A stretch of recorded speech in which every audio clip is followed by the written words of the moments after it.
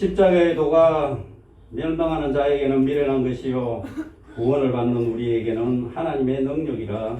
아멘. 은혜가 풍성하신 여호와 아버지 하나님 감사합니다. 한 주간의 삶 가운데도 언제나 함께 하신 하나님께 감사와 찬양과 영광을 올려드립니다.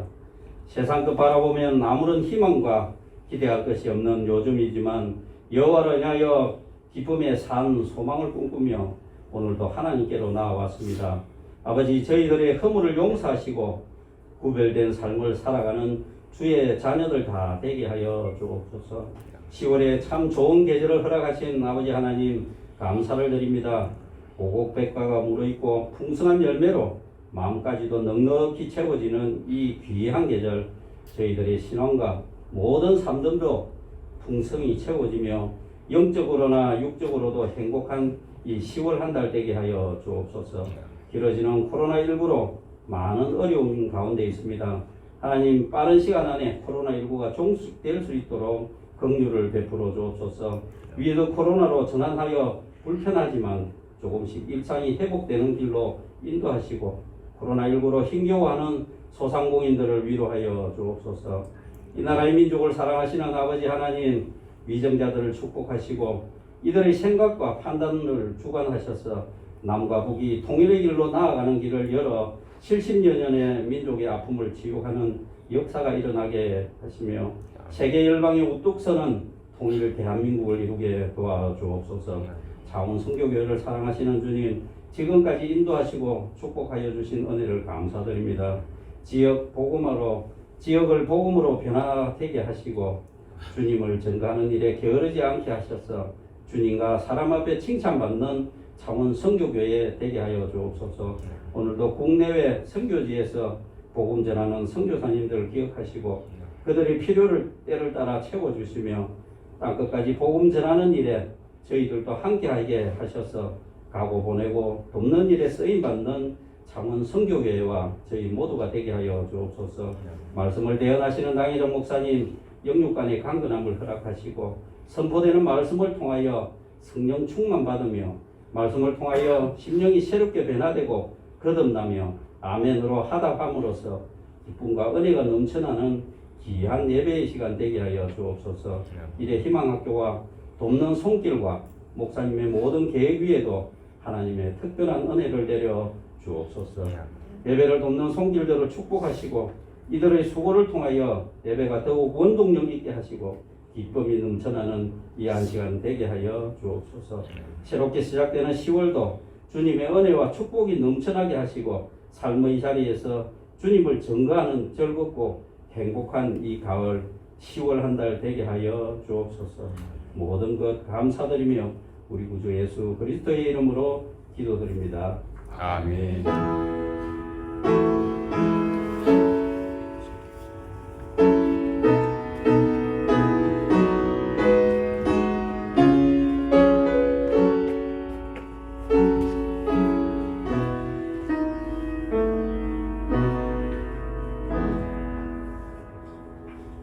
오늘 우리에게 주신 하나님의 말씀은 신약 성경 마태복음 6장 19절에서 34절입니다. 마태복음 6장 19절에서 34절입니다. 제가 가지고 있는 성경책은 신약 성경 8페이지입니다. 찾으신 줄 알고 교독하겠습니다. 너희를 위하여 보물을 땅에 쌓아두지 말라. 거기는 종과 동록이 해하며 도둑이 구멍을 뚫고 도둑질하느니라. 오직 너희를 위하여 보물을 하늘에 쌓아두라. 거기는 종이나 동록이 해하지 못하며 도둑이 구멍을 뚫지도 못하고 도둑질도 못하느니라. 내 보물이 있는 그곳에는 내 마음도 있느니라. 눈은 몸의 근육이요 그러므로 내 눈이 성하면 온몸이 마를 것이요 눈이 나쁘면 온 몸이 어두울 것이니 그러므로 내게 있는 빛이 어두우면 그 어둠이 얼마나 더하겠느냐. 한 사람이 두 주인을 섬기지 못할 것이니 보기를 미워하고 저를 사랑하나 보기를 중히 여기고 저를 경히 여깁니다. 너희가 하나님과 저를 겸하여 섬기지 못하느니라. 그러므로 내가 너희에게 이르노니 목숨을 위하여 무엇을 먹을까 무엇을 마실까 몸을 위하여 무엇을 입을까 염려하지 말라. 목숨이 음식보다 중하지 아니하며 몸이 의복보다 중하지 아니하냐. 공중의 죄를 말하시지 않고 그러지 않고 장래를 모아드리지 아니하되 너희의 하나님께서 주시나니 너희는 그들보다 귀하지 아니하냐. 너희 중에 누가 염려함으로 그 키를 한 자라도 더할 수 있겠느냐. 또 너희가 기도를 위하여 연단하느냐. 그의 각각과 어떻게 살아가나 생각하여봐. 숙소도 아니하고 필상도 아니하느니라. 그러나 내가 너희에게 말하노니 솔로몬의 모든 영광으로도 입은 것이 이 꽃 하나만 갖지 못하였느니라. 오늘과 내일 나오기에 던져진 불도 하나님의 이름에 제시거든을 하물며 너희를 가보냐 믿음이 작은 자라. 그러므로 염려하여 이르기를 무엇을 먹을까 무엇을 마실까 무엇을 입을까 하지 말라. 너희가 이러한 믿음이 구한 것이라. 너희 하늘 아버지께서 이 모든 것이 너희에게 있어야 줄을 아시느니라. 그런즉 너희는 먼저 그의 나라와 그의 의를 구하라. 그리하면 이 모든 것을 너희에게 더하시리라. 그러므로 내일을 위하여 연하시니라. 내일은 내일이 연할 것이요 하나의 괴로움은 그날로 삭하리라. 아멘. 담임 목사님께서 마태복음 이야기라는 주제로 말씀 전해 주시겠습니다. 은혜의 시간 되시기 바랍니다.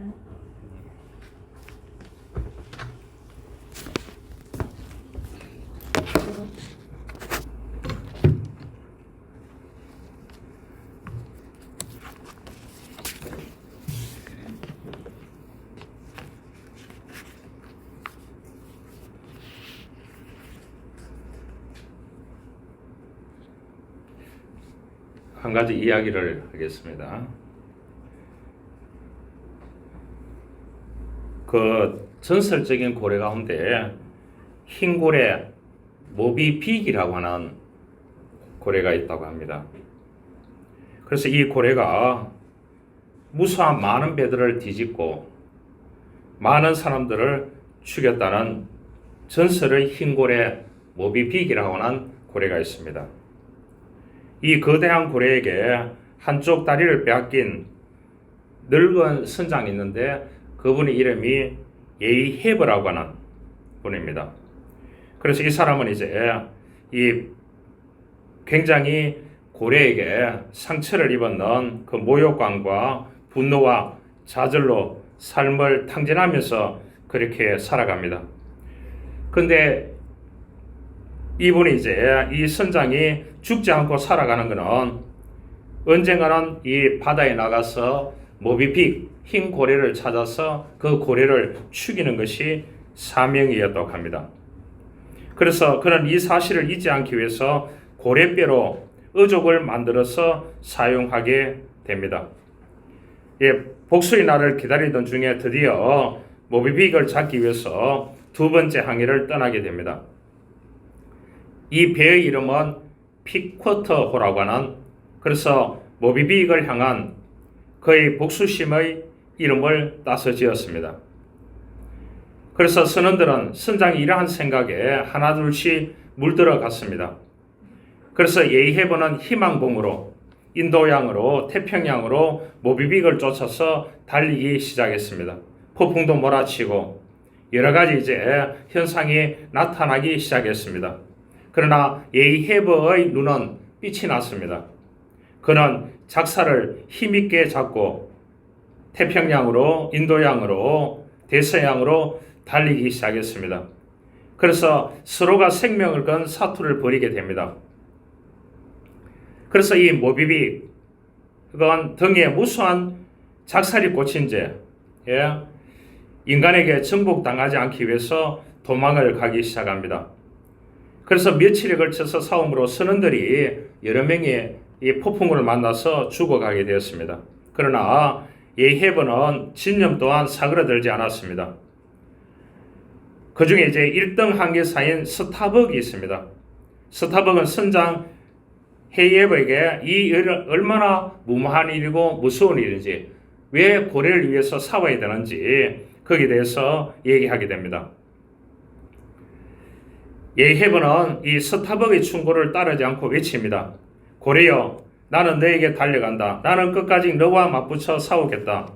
지옥 한복판에서 너를 찔러 죽이고 정오를 위해서 내 마지막 입김을 너에게 뱉어주마. 빌어먹을 고래야, 나는 나한테 묶여서도 여전히 너를 추적하면서 산산조각 내어서 부수겠다. 이런 의지를 표명하게 됩니다. 선장에게요. 사흘 되던 날 에이헤브는 마지막 남은 보트를 타고 모비빅에게 작사를 명중시키게 됩니다. 모비빅은 몸부림을 치고 바다가 요동치게 됩니다.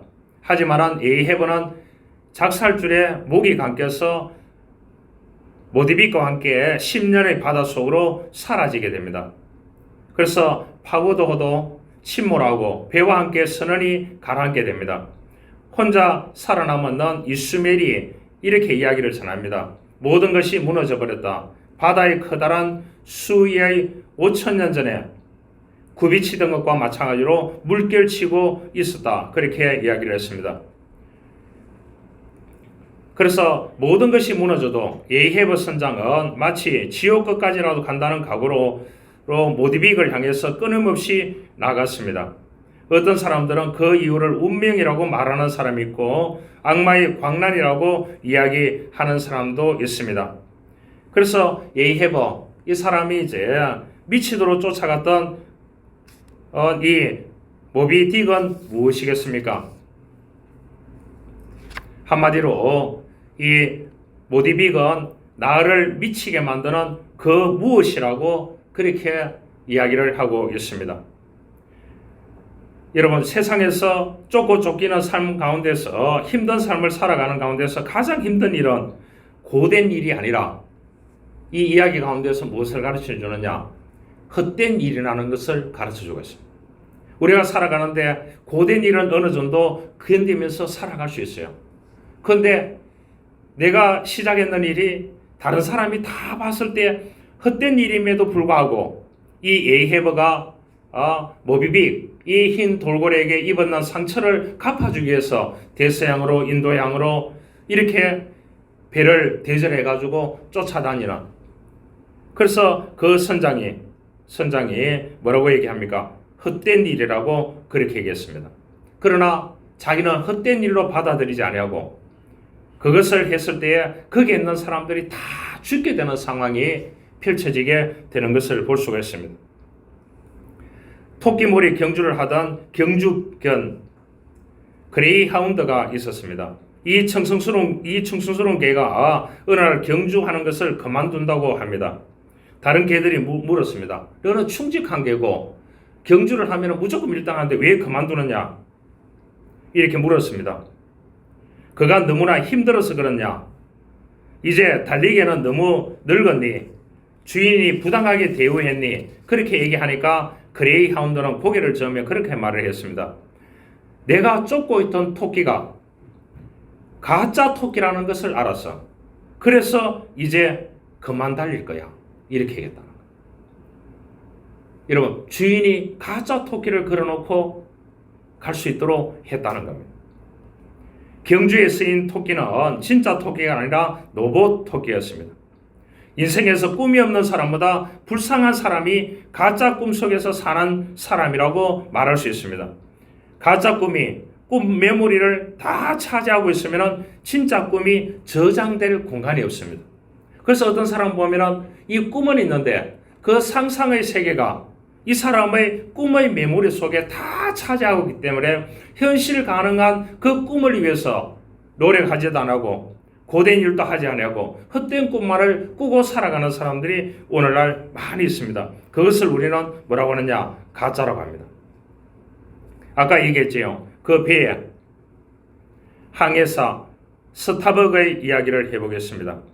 그는 경건한 크리스찬이고 영국의 청교도적인 그러한 실용주의를 겸비한 그러한 이렇게 사람이었습니다.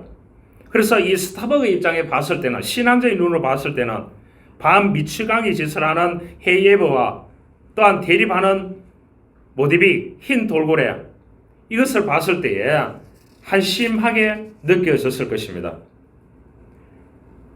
그래서 결국 선장은 배와 선원들을 파밀로 이끌어댑니다. 이들이 항해에 사용했던 파코도어는 자신들만 옳다고 생각한 백인에게 몰수당한 인디안 부족의 이름이어서 더욱 상징적이라고 보면 되겠습니다. 이 가운데에서 이성을 찾는 사람이 있는데 그 배의 선장인데 스타벅입니다. 아까 얘기했죠. 스타벅은 청교도적인 그러한 신앙을 가지고 있었던 사람입니다. 그래서 세계적인 CEO 가운데 술저라고 하는 사람이 있습니다. 그 유명한 커피점을 만들어서 이름을 스타벅스라고 지었습니다. 안 놀라시네요. 슐저는 이렇게 말하고 싶었나 봅니다. 혼란스럽고 미치 든단 세상, 미치 든단 마음속에서 커피 한 잔 마시면서 진정하세요. 이렇게가 내는 것이 뭐냐고 하면 스타벅스를 냈습니다. 놀랍죠? 이 스타벅은 헤이에버의 광기를 멈출 수 있는 것, 모비빅의 그러한 광란을 질주를 하는 이 흰 돌고래를 멈출 수 있는 것은 뭐냐? 먼저 사람의 이 광기를 먼저 멈출 수 있어야 된다. 그래서 무엇이 이것을 멈출 수 있을까? 이렇게 해가지고 정서를 멈춰야 된다. 그 정서 가운데 뭐라고요? 그 선장의 이름을 따서 스타벅스라고 하는 이름을 지어서 지금 전 세계에서 돈을 끌고 있는 것이 스타벅스 커피입니다. 저도 먹어봤습니다. 여러분들 스타벅스가 커피를 왜 먹습니까? 여러분 같이 헤이에버의 광기를 멈추기 위해서 그 커피를 먹는다는 것을 기억하시길 바랍니다. 그런데 정말 그럴까요? 우리가 성경에 보면 많은 사람들을 정말로 사명을 위해서 미치도록 했는 것이 뭐겠습니까? 복음이었습니다. 사명이었습니다. 구약의 선지자들 보시길 바랍니다. 말라기를 끝나고 400년이 지난 후에 오늘 이 마태복음이 등장합니다. 마태복음이 등장하는데 마태복음 등장해서 쫙 12제자들 가면서 이제 바울이 신학의 논리, 복음의 논리를 정리하게 되는데 바울이 그런 말을 했습니다. 그 총독이 베스도 총독이 그렇습니다. 바울아 네가 미쳤니? 이렇게 얘기했습니다.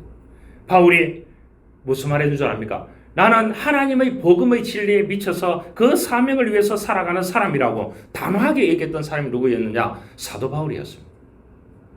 여러분, 구약의 선지자들, 신학에 새롭게 시작되는 믿음의 사람들, 400년 암흑기를 뚫고 700년 전에 예언했던 예수 그리스도가 이 땅에 오시고 그 예수 그리스도를 따르는 제자들을 통해서 또한 복음이 이어가는 그 사람들이 어떻게 보면은 그 사명 때문에 오늘 우리에게까지 복음이 왔다는 것을 알 수가 있습니다. 여러분, 헛된 모비빅을 쫓지 않기를 원합니다. 하나님이 우리에게 이 땅에 보내신 사명을 쫓아서 보람과 의미 있는 삶을 살아가기를 원합니다. 그 중에 한 사람이 누구냐? 이 마태입니다. 12제자 가운데 400년 가운데 처음 이 복음의 문을, 성서의 문을 연 사람이 누구냐? 마태복음입니다. 그래서 400년 동안 암흑기 속에 있다 보니까 어떻게 하느냐? 메시아가 왔는데 그 메시아가 1장부터 시작해서 족보를 얘기하게 되는 거예요. 그냥 이 복음을 딱 내놓으면 안 되잖아요. 상상이든지 소설이라 할 수도 있습니다. 역사적인 것, 하나님의 능력과 하나님의 섭리, 하나님의 뜻, 이런 것을 모두어서 이 족보 얘기를 먼저 이 마태가 하게 되는 것을 볼 수가 있습니다. 그래서 이 마태복음이 왜 처음에 나오느냐? 마태 교회는, 마태가 주장했던 것은 뭐냐? 모세 오경을 가지고 유대인들이 유일신 하나님만 믿고 있는데, 지금 메시아가 왔는데, 메시아가 와서 구원을 외치고 있는데, 율법과 유대교 전통을 익숙한 이 사람들에게 이것을 버리고 예수 그리스도를 중심으로 해가지고 구원을 베풀어 주시는 예수 그리스도를 중심으로 해서 새로운 공동체로 재구성해야 된다. 이것을 외쳤는 사람이 누구냐 하면 이 마태복음의 쭉 보면 알게 되는 것입니다. 그래서 이 마태는 철두철미하게 예수님의 제자였고 예수의 복음을 위해서 살았던 사람입니다. 그래서 많은 사람들이, 유대인들이 개종을 하기 시작합니다. 어디요? 모세 오경만 믿는 그러한 전통 가운데서 복음을 믿는 새로운 전통으로 예수 그리스도의 교회로 그렇게 나오게 되는 것을 볼 수가 있습니다. 그래서 오늘날 교회가 생겨졌는 겁니다. 사람들이 살아가는 모습을 관찰해 볼 수 있습니다. 관찰해 보면은요, 하수가 있고 고수가 있습니다. 들어보셨죠? 누가 고수고 하수인데, 인생에 한 번은 고수를 만나라는 책이 있습니다. 읽어보신 분이 있는지 모르겠습니다. 한근태 박사가 썼는 책입니다. 인생에 한 번은 고수를 한번 만나봐라. 죽기 전에 그런 말을 했습니다. 그 고수는 뭐냐? 자기 분야의 고수일 수도 있습니다. 여러분, 여기서 무슨 말을 하느냐? 하수들의 삶은 복잡하다는 거예요. 정신이 없다는 거예요. 분주하다는 거예요. 일이 일을 만들고 엉뚱한 사람과 만나서 쓸데없는 일을 벌이고 방향성도 없고 목적도 없고 집중하지 못하고 과잉 행동장애 같은 증상을 나타낸다고 합니다. 그래서 백수가 과로 사는 격이라고 얘기합니다. 배우는 것도 목적도 없습니다. 명확하지 않습니다. 무슨 말을 하는지 알아듣기 어렵습니다. 하겠다는 것인지 안 하겠다는 것인지 알지 못하는 겁니다. 눈치도 많이 살핍니다. 그야말로 되는 일도 없고 안 되는 일도 없습니다. 이처럼 하수에게는 허명이 있을 따름입니다. 여러분, 그러나 고수는 이런 값을 한다고 합니다. 거품이 없다고 합니다. 명불허전 소리를 듣는다고 합니다. 그런 이름이 전혀 아깝지 않다는 것입니다. 이름이 없는데 내공이 출중한 사람들도 많이 있습니다. 숨은 고수들이 너무나 많이 있다는 겁니다. 여러분, 헛수일수록 욕심이 많고 과욕이 많고 그렇다는 겁니다. 여러분, 고수가 되기 위해서는 어떻게 해야 되느냐? 해야 될 일, 하지 말아야 될 일을 정확하게 구분하고 해야 되는 일에 올인하는 그 사람이 소명을 가지고 하는 분이 고수라고 이야기를 했습니다.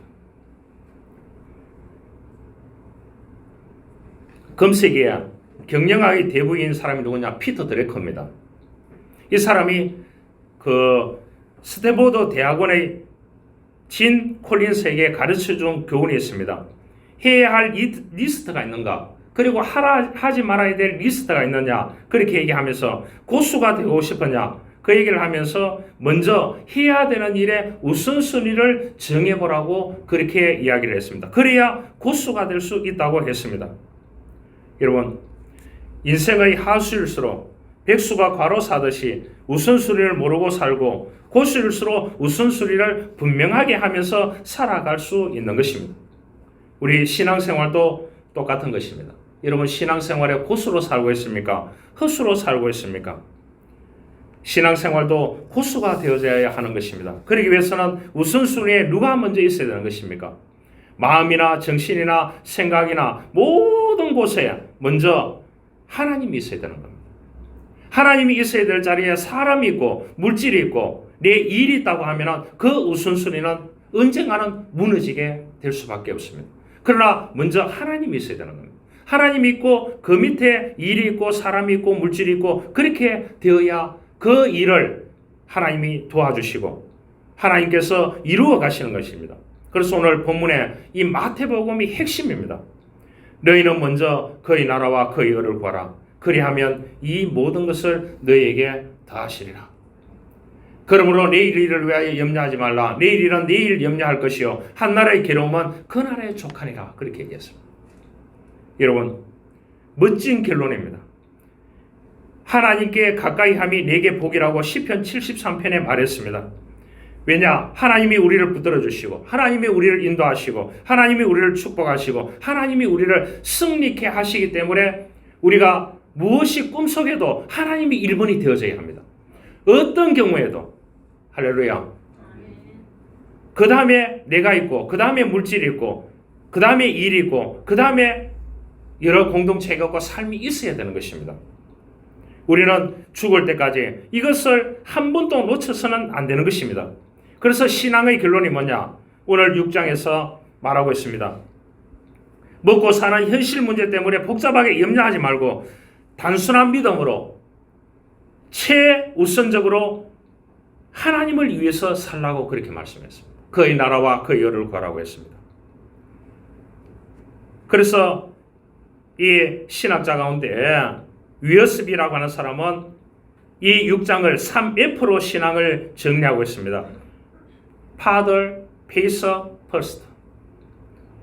첫 번째 하나님, 그 다음에 믿음, 그 다음에 우선순위라고 했습니다.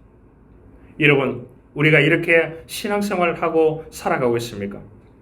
첫 번째가 하나님이요, 두 번째가 믿음이요, 세 번째가 우선순위라고 하는 그러한 놀라운 축복의 공식을 위어스비라고 하는 사람은 그렇게 얘기했습니다. 누군가가 멋진 말을 했습니다. 당신이 첫 단계를 시작하면 하나님이 나머지를 이루어 주신다고 말씀을 했습니다.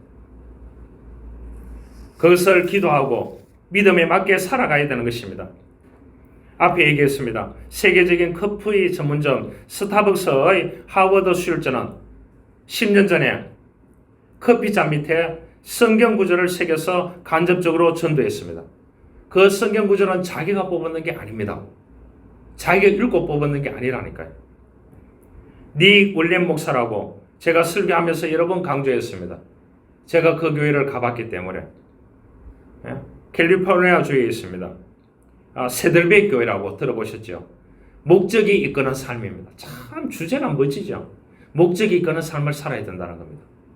여러분, 목적이 있거나 어떤 목적이 있습니다. 하나님이 주신 나의 목적이 있어요. 나의 사명이 있어요. 그게 이끌림은 삶을 사는 것을 그 책에 기록해 놨습니다. 그래서 이 슐저가 그 책을 읽고 감동을 받아가지고 그 안에 있는 60세개의 성경 말씀을 커피잔에 새겼습니다. 커피잔에 성경 구절 보셨어요? 저하고 여러분들의 차이가 그건 거예요. 주변 사람들이 영업에 지장이 있지 않겠느냐고, 이 종교 편향이 될 수 있다고, 이슬람권에 특히 문제가 될 수 있다고, 동양권에 문제가 될 수 있다고, 그렇게 했을 때 슐저가 그런 말을 했습니다. 나의 모든 사업은 주님께 맡기고 할 뿐입니다. 망해도 됩니다. 이것이 나의 사명입니다. 얼마나 멋집니까? 그야말로 이 슐저는 신앙의 고수인 모습을 우리들에게 도전을 주고 있습니다. 무슨 일이 하든지요. 그래서 우리는 돈을 못 벌까봐 소신 없이 사는 하수의 신자가 되어서는 절대로 되지 않은 것입니다. 모든 것을 하나님께 맡기고 던져놓고 기도하고 믿음으로 밀고 가면서 우선순위를 1번을 하나님으로 잡고 그 사명감으로 살아가는 사람이 고수신자가 될 수 있고, 그 고수신자에게 하나님이 베풀어 주시는 형통이라고 하는, 축복이라고 하는, 은총이라고 하는 은혜를 주신다고 하는 사실이 되는 것입니다. 여러분, 미국 교회에 대각성 운동을 일으켰던 에드워즈라고 하는 분이 있습니다. 사명감이 있는 사람은 결코 망하지 않는다고 했습니다. 여러분, 이 마태는 어느 날 주님의 부르심을 받고 자기 하던 업을 지자리에 써놓고 뒤를 돌아보지 아니하고 유머스트 발롬이 했을 때에 지자리에서 일어나서 주님을 따랐던 사람입니다. 이 마태는 아브라함의 수준이었습니다. 여러분, 예수 그리스도께서 이 마태에게 주시는 그 사명을 감당했던 제자 가운데 이 마태복음을 기록했는 사람입니다. 대단하지 않습니까? 우리가 사명감을 가지고 살아야 됩니다. 우리가 돈 버는 목적이 무엇입니까? 사업하는 비전이 무엇입니까? 하나님의 나라를 섬기기 위해서 사명감으로 해야 되는 일이 무엇입니까? 그는 사명의식입니다. 하나님을 위해서 하나님의 의와 그의 나라와 그의 의를 구하는 그러한 사명을 두고 우리에게 일을 맡기고 가정을 맡기고 삶의 자리를 맡기고 우리에게 할 수 있는 일들을 맡겨주셨습니다. 그것을 통해서 하나님의 영광을 드러내고 하나님의 사명을 드러내고 하나님을 위해서 요거도 먹고 하나님을 위해서 처절한 굴곡의 삶을 살아갈 수 있는 그러한 사명감이 있어야 하나님께서 그 사람을 축복하십니다. 할렐루야. 그래서 신앙은 계산이 아니고 모험입니다. 여러분, 절대로 하나님을 위해서 계산하지 마시길 바랍니다. 여러분, 가정을 깨놓고 생각해 보시길 바랍니다. 코로나로 2년 동안 왔으면 여러분, 계산하면 안 무너질 가정이 없습니다. 보니까요, 이 교도소에 있는 재소자들의 극단적인 선택률이 65% 높아졌더라고요. 이 코로나 때문에. 작년 1년 동안 코로나 때문에요. 자해를 시도했는 사람들이 제일 많은 것이 어디냐? 20대였습니다. 20대, 30대, 40대, 50대 순이었습니다. 그 중에는 10대도 엄청나게 데이터가 나와 있었습니다.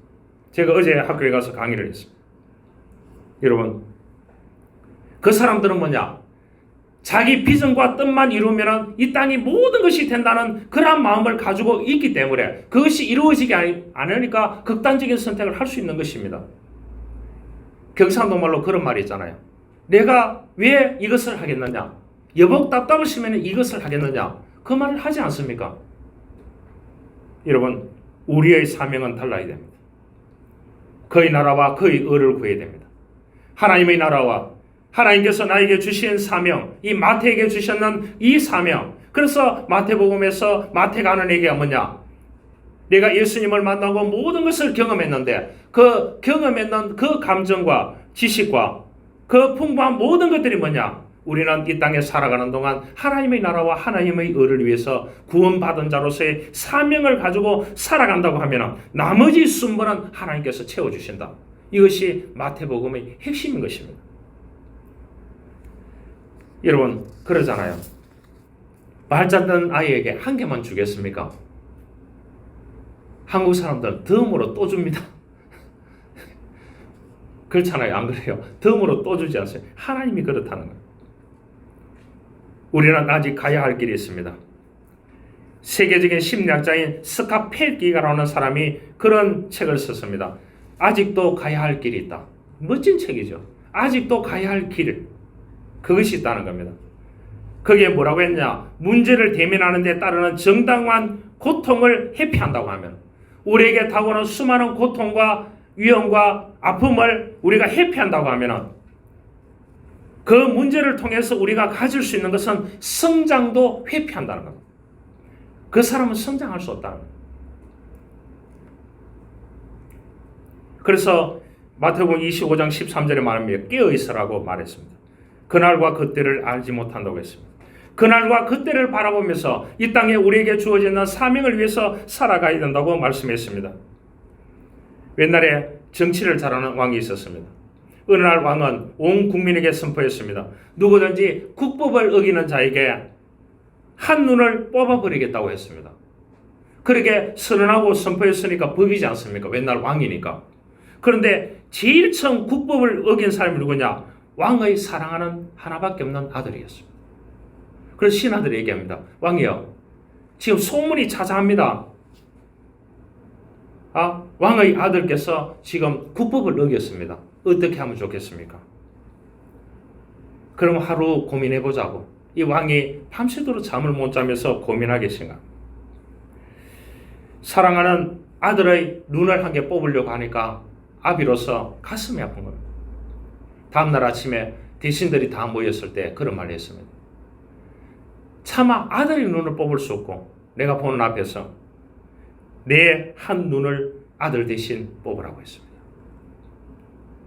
그래서 왕은 아들을 대신해서 예꼬눈이 되었습니다. 제가 왜 이야기를 하느냐? 이 암흑 같은 400년 시기를 보내면서 인간들이 자기 소견대로 행하는 삶을 살았던 그 때에 맞추어서 하나님께서 예수 그리스도를 이 땅에 보내주셨습니다. 죄 없으신 만왕의 왕이신 예수 그리스도께서 이 땅에 오셔서 우리는 죄로밖에 죽을 수 없는 사망이라고 하는, 죄의 삭은 사망이라는 그러한 지옥에 갈 수밖에 없는 그러한 사람이었지만, 그러나 예수 그리스도께서 이 땅에 당신이 왕임에도 불구하고 제사장임에도 불구하고 흠이 없음에도 불구하고 그가 십자가에 죽으심으로 하나님의 공의가 이루어짐을 통해서 하나님의 사랑의 법이 이루어짐으로 인해서 우리가 구원함을 받았습니다. 할렐루야. 그래서 구원받은 자로서의 사명을 가지고 살아가야 하는 것입니다. 어느 수도원에서 한 수도사가 사과나무를 심었습니다. 그리고 기도했습니다. 주님, 이 어린 사과나무에 목을 죽일 수 있는 비를 좀 내려주십시오. 그래, 하나님 비를 내려줬습니다. 또 이 수도사가 주님, 나무에게 햇빛이 필요합니다. 태양을 비춰주십시오. 태양을 비춰주었습니다. 기도했습니다. 주님, 이제 서리가 내려야 됩니다. 세포를 지탱하려면 서리가 필요합니다. 주님, 서리를 내려주십시오. 그런데 주님이 서리를 확 내려줬습니다. 그런데 이 나무가 서리를 맞으면 죽는 나무예요. 서리를 맞고 다음날 아침에 죽어버렸는 거예요. 나무가. 그래서 이 수도사가 선배 수도사를 찾아갔습니다. 그리고 이야기를 했습니다. 사과나무를 심고 기도했더니 주님이 다 주셨는데 그 사과나무가 서리를 맞고 죽었습니다. 그래 하니까 선배 수도사가 웃으면서 얘기했습니다. 나도 작은 사과나무를 심었지. 보게나 해마다 잘 자라서 열심히 따먹고 있지 않느냐고. 그 비결이 뭡니까? 나는 사과나무를 주님께 맡겼네.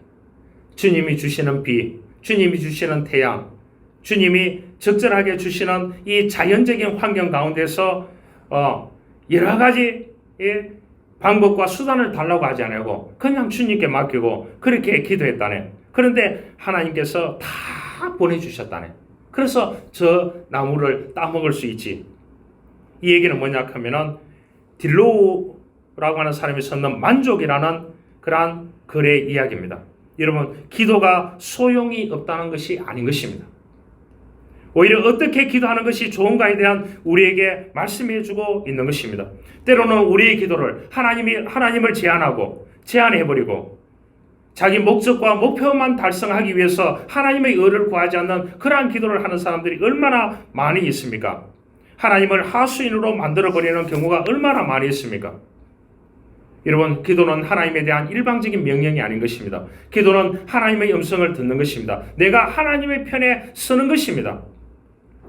오늘 우리의 마음에 하나님보다 큰 염려들이 너무나 많습니다. 건강에 대한 염려, 자녀에 대한 염려, 사업에 대한 염려, 경제에 대한 염려, 노후에 대한 염려, 죽음의 이래까지 너무나 많은 기도 제목과 염려거리가 너무나 많이 있습니다. 그러나 좀처럼 줄어들지 않습니다. 그럼에도 불구하고 하나님의 말씀은 염려하지 말고 하나님께 맡기라고. 내일 일은 내일 염려할 것이요 한날의 괴로움은 그날에 족하다고 했습니다. 여러분, 인간은 태어날 때부터 마음이 병든 채 태어납니다. 이 병은 성장과 환경에 따라서 악화되거나 약화되거나 그렇게 할 따름이지, 이 마음의 병은 죽을 때까지 달고 가는 겁니다. 그래서 사람들이 이 병의 이름을 뭐라고 하느냐? 때로는 시기라고 하고, 때로는 질투라고 하고, 때로는 분노라고 하고, 때로는 미움이라고 하고, 때로는 분노라고 하고, 때로는 초조함이라고 하고, 때로는 공포라고 하고, 때로는 열등의식이라고 하고, 때로는 자신을 무자격자로 보고, 때로는 죄책감으로, 과대평가로, 교만과 탐욕으로 그렇게 점령해서 내 마음속에 이렇게 인생을 살다가 죽는 것입니다. 여러분, 인간의 마음은 태어날 때부터 병든 채 태어나고 병들어서 죽게 되는 것입니다. 여러분, 그런데 이 병을 치료하는 분은 오직 예수 그리스도입니다. 예수 그리스도를 영접하고 그분을 믿고 구원받은 자로서의 삶을 살아간다고 하면 마음의 병을 치유받고 그렇게 우리가 하나님이 주신 사명을 가지고 하나님을 우선순위 1번을 놓고 그렇게 살아간다고 하면 놀라운 은혜와 변화를 체험하게 되는 것입니다. 그래서 예수님께서 제일 처음에 하신 말씀이 뭐냐? 5장으로 돌아가 보겠습니다.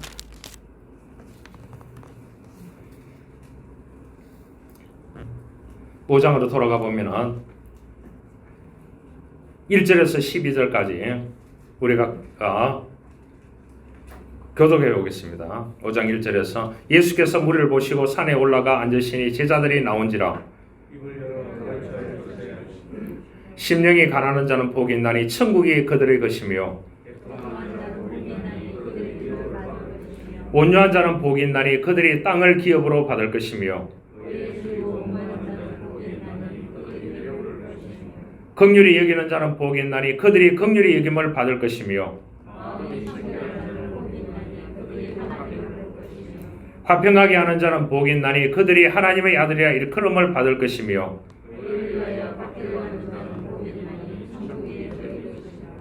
나로 말미암아 너희를 욕하고 박해하고 거짓으로 너희를 거슬러 모든 악한 말을 할 때는 너희에게 복이 있나니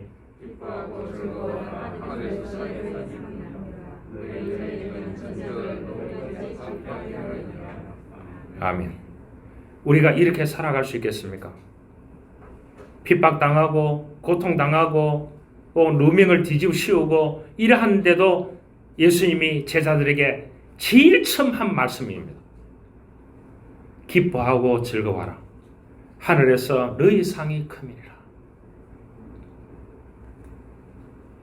여러분, 세상에서 조롱받고 비웃는 사람들이 하나님의 나라에서는 가장 우대받는 사람이라는 것을 이 제자들에게 예수님이 직접 가르친 말씀입니다. 이 말이 뭐겠습니까? 너희는 그의 나라와 하나님의 나라와 의를 위해서 살아가라.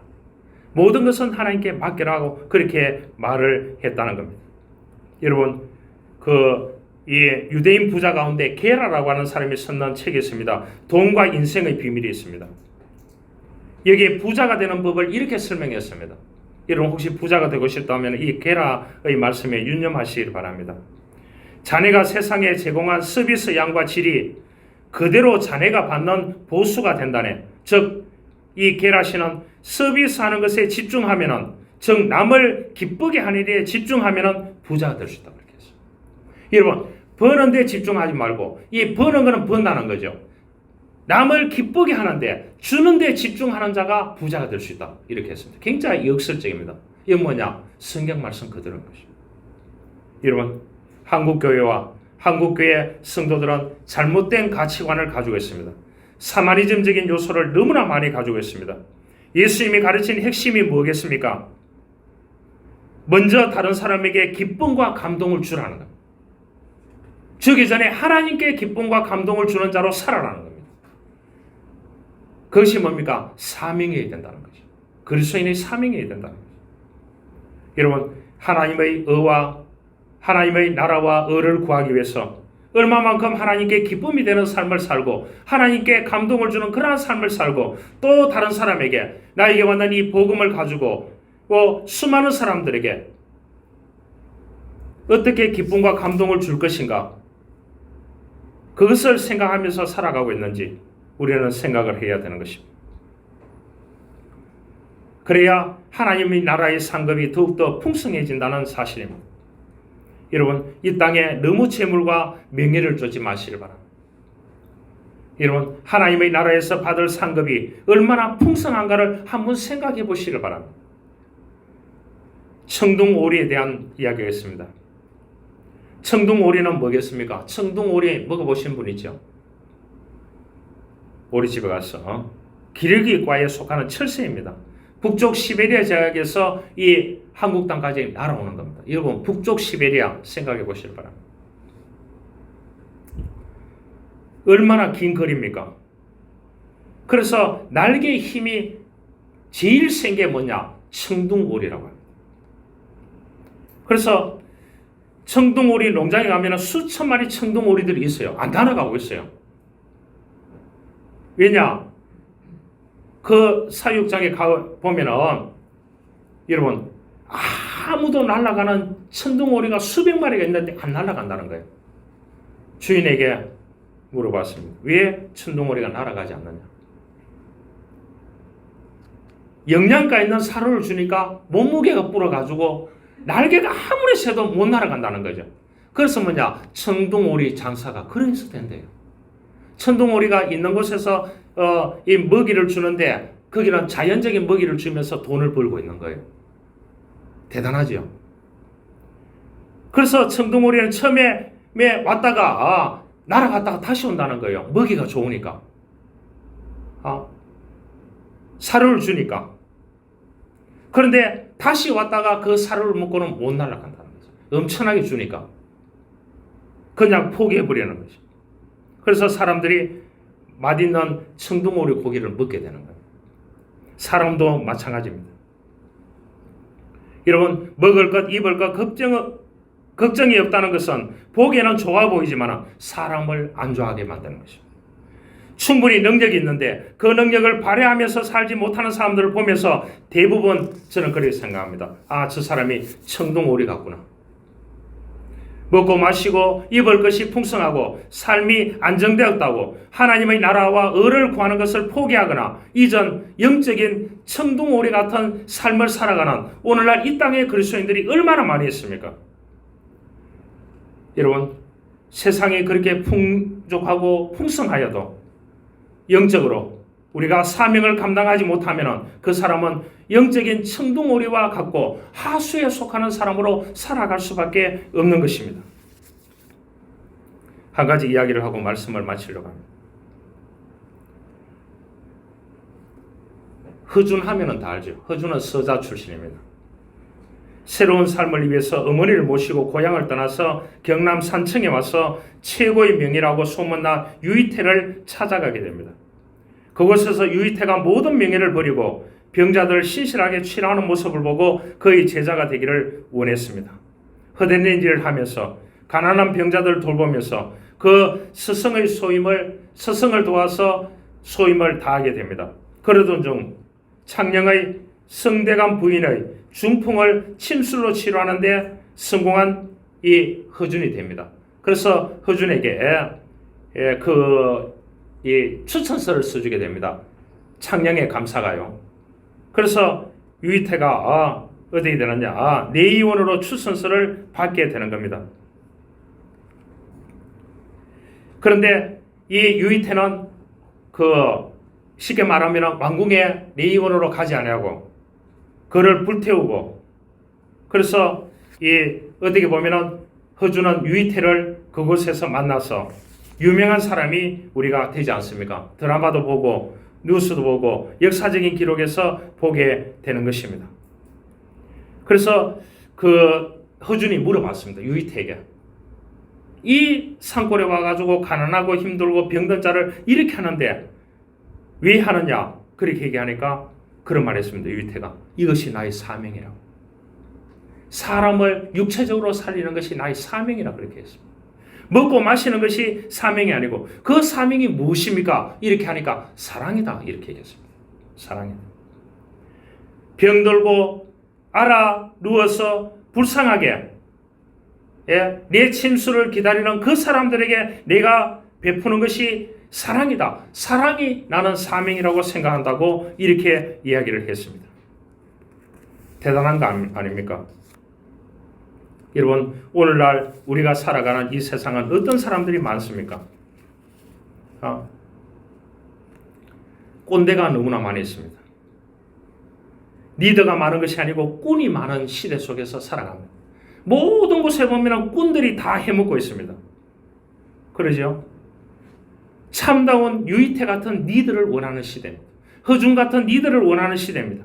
이 마태 같은 예수님의 사명을 받아서 리더로 살아가는 복음적인 마태 같은 리더를 원하는 사람입니다.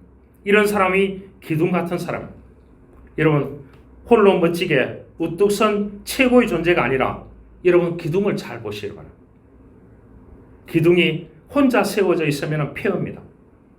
그렇죠? 고대 문명이 중동에 서 있는 한번 보시기를 바랍니다. 다 기둥만 남아 있어요. 기둥이 있으므로 뭐가 세워진다고요? 벽이 세워지는 거예요. 지붕이 얹혀지는 겁니다. 그래서 기둥에게 존재감이 주어지는 겁니다. 기둥 같은 사람이라는 것은 뭐겠습니까? 주위 사람을 버티게 해주고 세워주는 섬김의 사람을 의미하는 것입니다. 그 역할을 누가 했느냐? 마태가 했습니다. 마태가 그 400년 동안 암흑기에 있었는데 예수 그리스도가 이 땅에 오시고 400년 만에 때가 차서 하나님께서 예수 그리스도를 보내시고 예수 그리스도를 영접하는 자, 그 이름을 믿는 자에게 구원함을 주시고 이제 그 구원함을 받는 사람들이 유대교 전통에서 벗어나서 율법에서 벗어나서 구원받은 자로서 하나님의 나라와 의를 위해서 살아가야 된다. 이것을 외쳤던 사람이 마태입니다. 마태는 어떻게 보면 기둥 같은 사람입니다. 기둥 같은 사람 뭡니까? 타인을 버티게 해주고 세워주는 섬김의 사람인 것입니다. 여러분은 리더입니까? 꾼입니까? 아픔을 느끼고 타인을 세워주고 기둥 역할을 하는 사람이 리더인 것입니다. 그러나 아픔 없는 능력을 가지고 있는 사람은 꾼입니다. 이 꾼은 뭡니까? 타인 거를 다 빼먹는 사람들인 것입니다. 여러분, 뭐가 되기를 원하는 것입니까? 우리에게 하나님은 마태 같은 리더가 되기를 원합니다. 복음을 위해서. 리더는 멘토입니다. 여러분, 꾼은 꼰대입니다. 어떤 사람이 되고 싶어요? 어떻게 살고 싶습니까? 여러분, 꼰대로 살고 싶습니까? 이 땅에 그리스도인으로 우리에게 사명을 주셨는데 꼰대로 살고 싶습니까?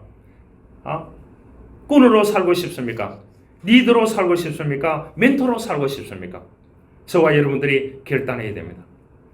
이제는 우리에게 영적인 사명을 주셨습니다. 그 영적인 사명을 우선순위에 정하고 영적인 청둥오리가 되지 아니하고 이 슐저가 얘기한 대로 여러분 그 컵에다가 60세계의 성경 구절을 새겨 넣을 수 있는 사업을 하는데 하나님이 1번이라고 하는 그 정도의 우리가 영적인 사명감이 있는 그러한 사람이 되어져야 할 줄 믿습니다.